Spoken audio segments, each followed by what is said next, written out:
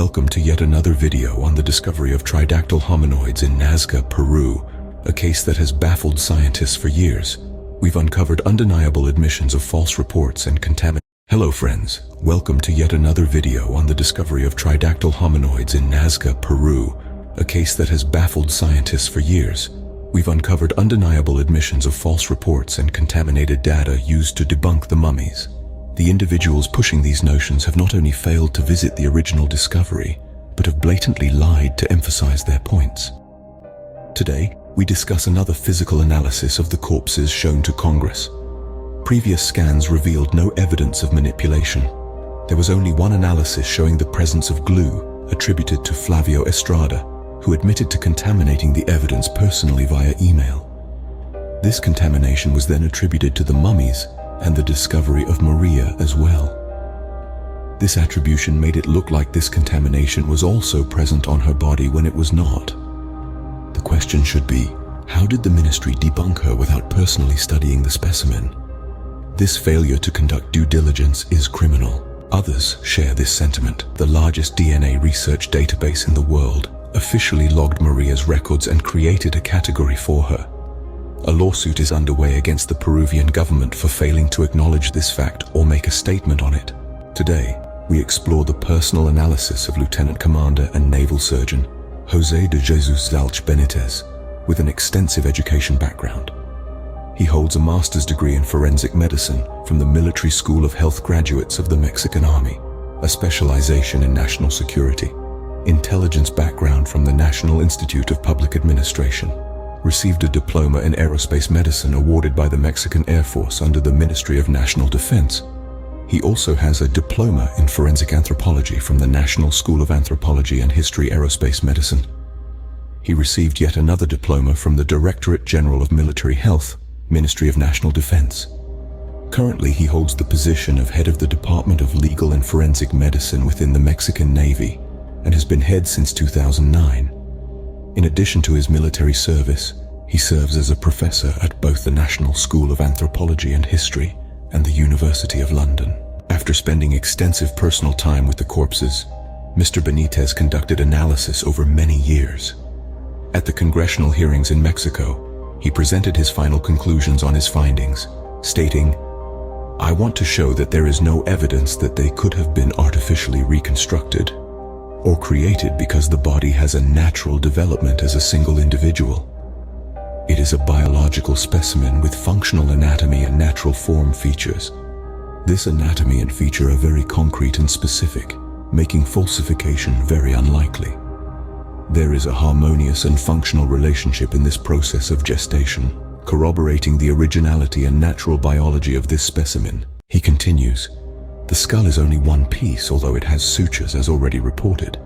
The sutures are various bone unions that make up the skull, but it is one piece, which means that it was not cut, was not built, was not made from other pieces already existing, and that it has a single origin." In conclusion to his analysis, Mr. Benitez states, "This determines the validity and the fact that this is a new and unknown species organism from a unique evolutionary biological origin, and it's distinct from what has been described or known in the human species or any other. This revelation isn't the first. Scientists across Peru for the last decade, through extensive scans, have concluded the unique physical nature of the tridactyls. The scans show conclusively that there are no oddities in their formation, only specimens that developed as one whole organism, a singular body, not a concoction of animal bones cemented together. There is the argument that the skulls of the bodies were determined to be that of a llama. This has fueled debunking for many years and became my main concern. The movement of understanding decided to look into studies done on just this to prove if there was anything conclusive to these assessments. The answer is a stern no. Let's take an in-depth look at comparisons done between the Nazca specimens. A great controversy was caused by these three-fingered beings, and numerous specialists came to the forefront trying to deny this discovery without any evaluation of it. In a similar case involving paleontologist Salas Gismondi, he posted on certain forums attempting to portray this discovery as a hoax. In August 2017, during Anthony Choi's radio program, he voiced opposition to the case, asserting that the small beings with 60 centimeters tall heads are crafted using animal skulls from dogs, cats, and camelids. Responding to these claims, the research team at the Incari Cusco, Peru Institute took on the responsibility of verifying whether these allegations held merit regarding the three-fingered dried mummies. To address these theories, the skulls of the humanoid reptiles were initially compared to those of cats and dogs. Presently, they are being compared to scanner images of llamas. In a French documentary featuring a camelid's head, paleontologist Rodolfo Salas Gismondi highlights the resemblance to the bodies found in Nazca. These heads would allegedly be constructed using various mammals' bones, including dogs, cats, and llamas. These are comparisons of tomographic sections of skulls between the llama and the Nazca three-finger humanoids.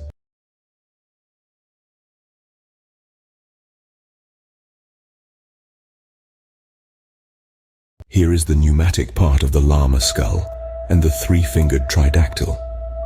The pneumatization in the anterior part of the llama skull is about 30%, whereas for the humanoid reptile, we note 1% pneumatization in this region. The inner base of the two skulls shows a significant difference in both specimens.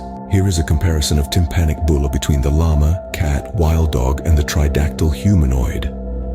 Taking it as a reference, the location of the tympanic bulla of different adult animal skulls, such as the dog, the llama, the cat, and comparing them with the tridactyls. The largest is in fact the humanoid reptiles, followed by the dogs, then the llamas, and finally, the smallest dimension, the cats. Here we take a look at the base of the lower part of the skull of one of the humanoid reptile's heads belonging to Paul Ronqueros, from which he raised the skin, thinking it was the head of a quadruped mammal, dog, cat, or camelid. We can see the base of the skull which has not been carved, cut, or filed, and where we can observe a longitudinal suture next to the foramen magnum, whose shape of the orifice, occipital hole, is very singular with its square shape. The bottom view of the skull where we can observe the camelid's hard roof of the mouth, which was suggested by Salas Gismondi as being one of the parts forming the head of the tridactyl corpse. The conclusion: the humanoid reptiles' heads have a 1% pneumatic zone located in the posterior or occipital region, in comparison with the llama-glama skull, whose front part of the skull has a 30% pneumatic zone, which extends over a quarter of the skull from front to back. The head of these specimens has a square-shaped foramen magnum, does not have any jaw. The location of the condyles is behind the form. In terrestrial species, the condyles are located in the front part of the foramen magnum. The cranial perimeter is larger at the location of the tympanic bulla in the humanoid reptile than in the dog, llama, and cat. The base of the skull has two transverse sutures, one anterior to the square-formed foramen magnum and the other in the posterior part.